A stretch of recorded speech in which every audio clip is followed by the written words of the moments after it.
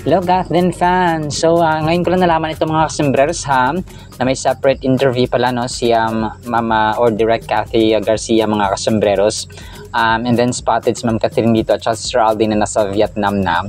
Pero pinakauna nga dito mga kasembreros itong kasi marami nagtatanong no kung kasi po sa parang hindi ko gaano marinig pero yung nasa comment section ay parang sinasabi nila na parang bigyan ulit ng project ang Gathden mga kasombrero. So and then medyo malayo kasi pero nagpapasalamat siya dito ng success no ng Hello Love Again, tapos nag-inspire pa sila o na-inspire yun sa kanila na gumawa pa ng dekalibreng pelikula mga kasombreros. So po kaya Tita Long Gumatay na solid na at saka po mga kasombreros no, pero more on Catherine talaga sila mga kasombreros. Catherine bodies sina Tita Long and the rest of yung fandoms mga kasombreros. So you know, although medyo hindi siya gaano malinaw kasi nga medyo malayo siya mga kasombreros. And then ito, si Ma'am Catherine spotted din siya no. Nasa labas ito ng PGT compound, and sobrang bait niya sa mga fans na binigyan siya ng flowers. Fandoms itong galing mga ang kulit na mga kasi sobrang sigaw na sigaw sila mga kasombreros.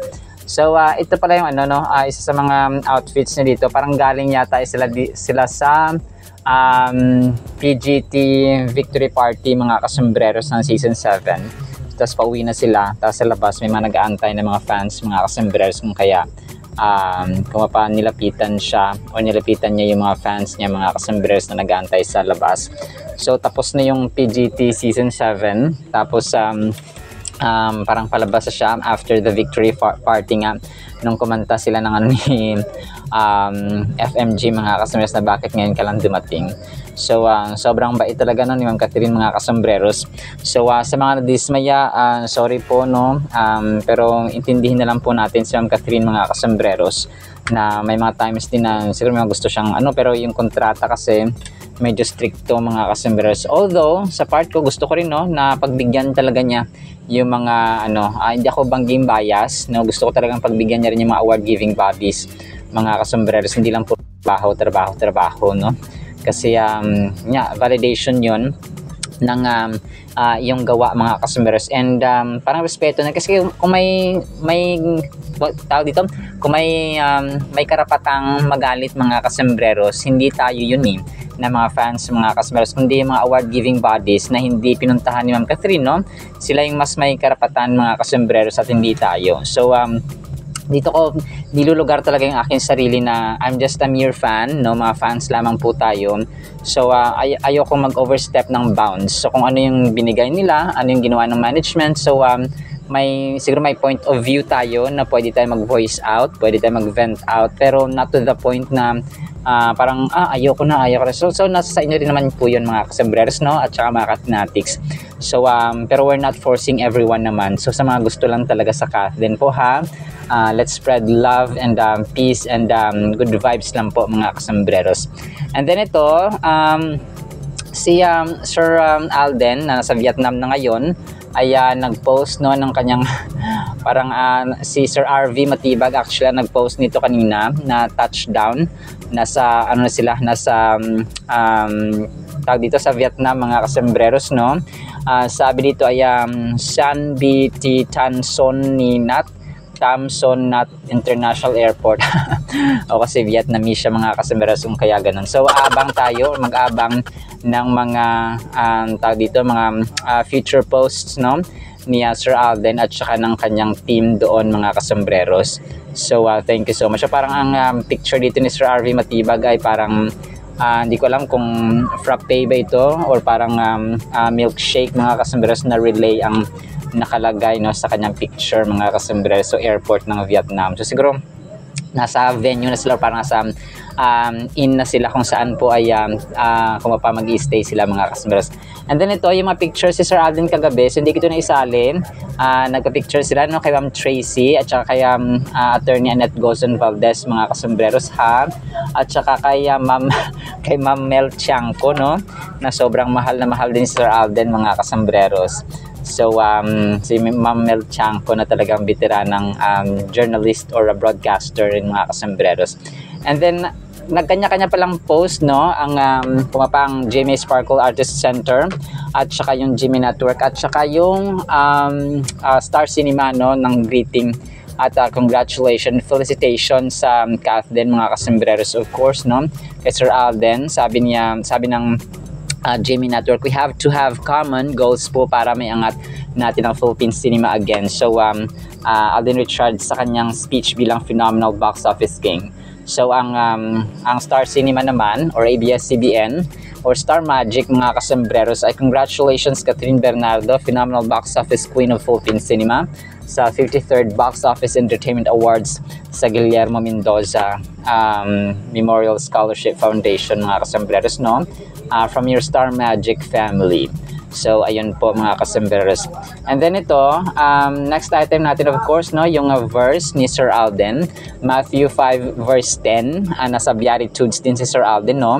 Blessed are those who are persecuted because of righteousness, for theirs is the kingdom of heaven. So parang topic ko lang itong nakaraang vlog natin mga kasambreros no, pero ngayon ay si Sir Alden yung nag-post dito. Amen and amen Sir Alden. Spotted din si Ma'am Catherine no, na pumunta ng IV Clinic mga kasambreros para sa kanyang skin treatment, kasama po si Snowy na kanyang favorite dog mga kasambreros. Ang kulit ng yung box office queen kasi nga wala siyang makeup dito mga kasambreros no, pure natural beauty lang talaga ang inyong box office phenomenal box office queen mga kasambreros. And then ito last item natin, so ito yung mga Instagram story ni Sir RV Matibag no, para sa diamond anniversary nga ng GMA kagabi. GMA 55th anniversary, GMA Beyond 75. So glam by yours truly. So part pala ng glam team ito si Sir RV Matibag no. Maraming salamat po Sir RV. And then yung dalang pictures nga na dito naka black no, mga kasambreros and mga Kathleen Natics. Alright, so yan lang actually sa ating Kathleen items ha for today. Sana po ay pakinggan po natin ang Word of God. And today is the last day of June 2025. No, June 30 po mga kasambreros. So sana po ay pakinggan po natin ang Word of God. And blessed evening po sa bawat isa. Tomorrow is July 1st na po no. Blessed evening po. At para po sa ating Word of God ay sobrang ganda po nito mga kasambreros. Ang title natin, Magdahan-dahan. Ecclesiastes 5:2. Do not be rash with your mouth, and let not your heart utter anything hastily before God, for God is in heaven and you, us, on earth. Therefore let your words be few. Ito mga kasambreros ay reminder po sa atin ng humility, ng lubusan at saka sukdulang paggalang at saka yung pakikinig rather than speaking, at huwag tayong magmadali. Okay?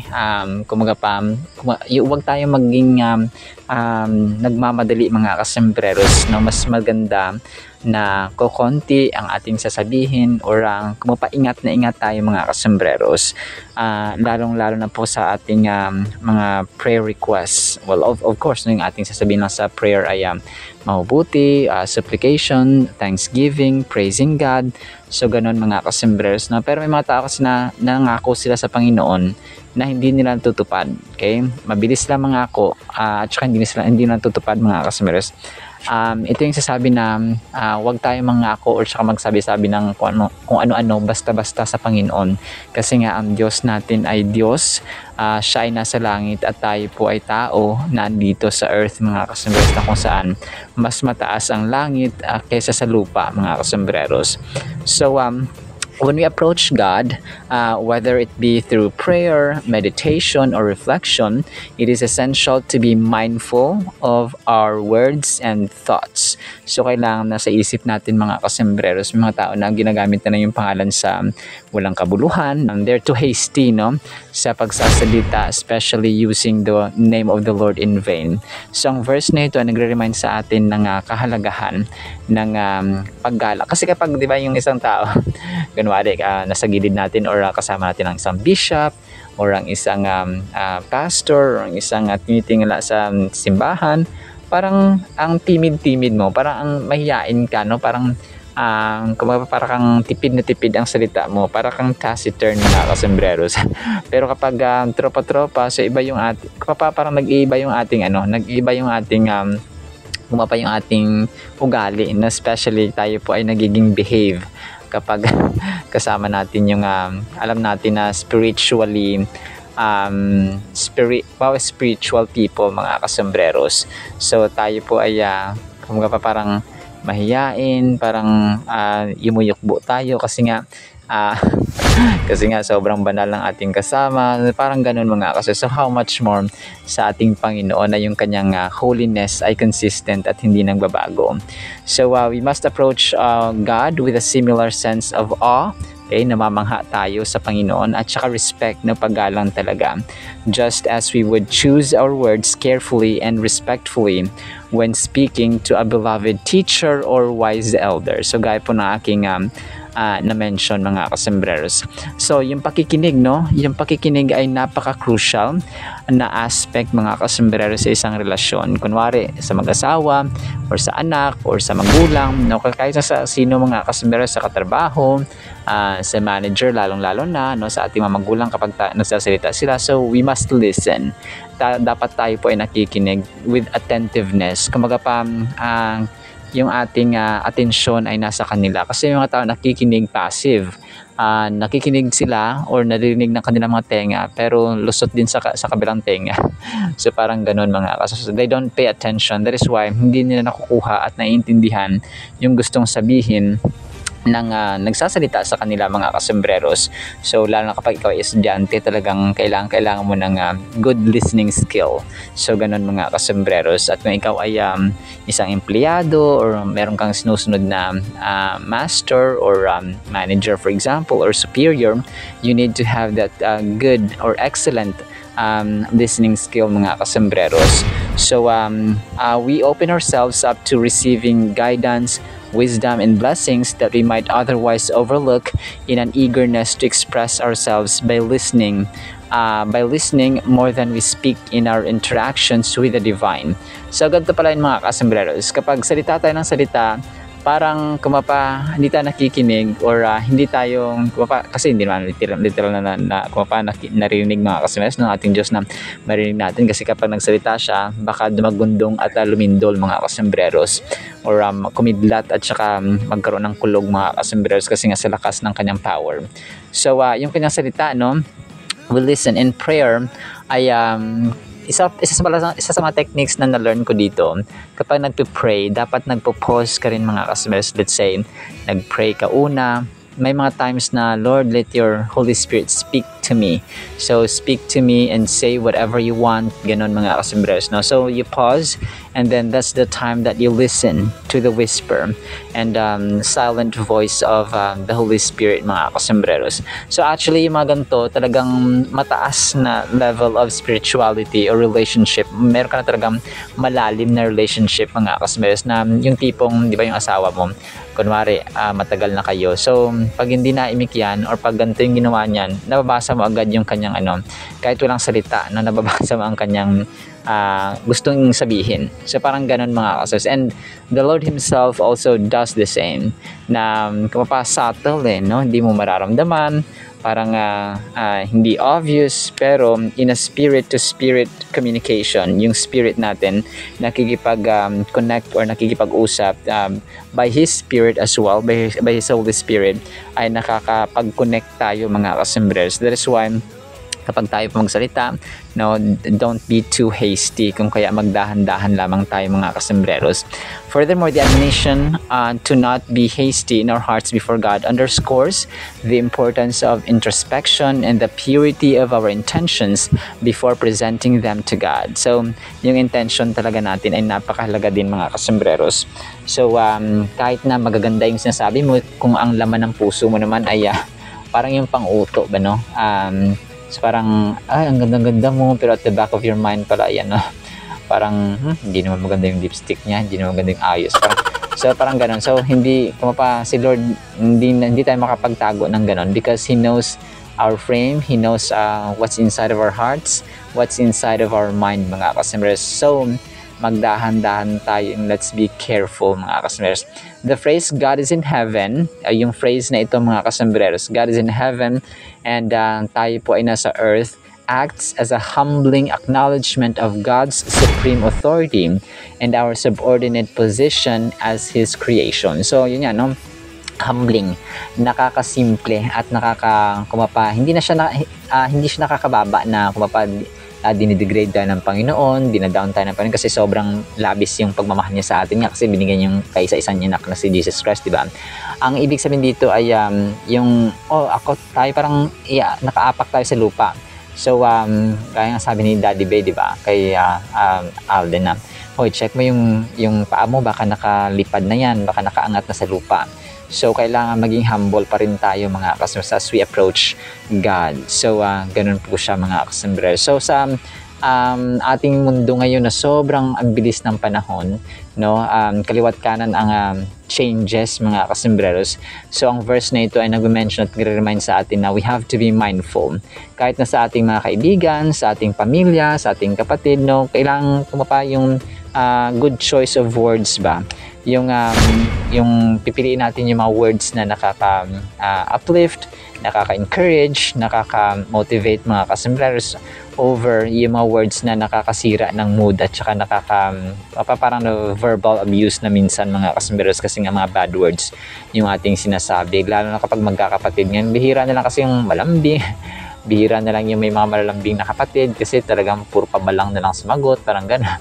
Parang kapag hindi na raise sa Christian or sa word ni Lord mga kasembreros, hindi na palaki yung mga anak sa word ni Lord, ay 90% talaga na yung ugali ay magagaspang mga kasembreros kahit na sa kapatid to kapatid, no? Parang nakakatawa kasi minsan, parang yung kapatid mo, mas mabuti pa sila sa ibang tao, parang ganun. Pag nag-approach sila, nagsasalita sa parang nakakagana, pero kapag kayo na lang na magkakapatid, parang bakit ang gagaspa?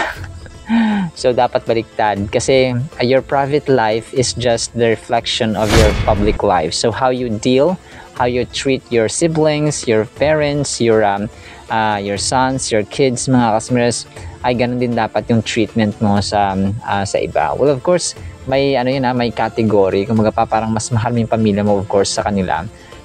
Pero yung gist, yung buod na yung kabutihan, yung pagiging kind mo at saka hindi magaspa na ugali ay dapat na-reflect din yun sa iyong buhay in public mga kasembreros.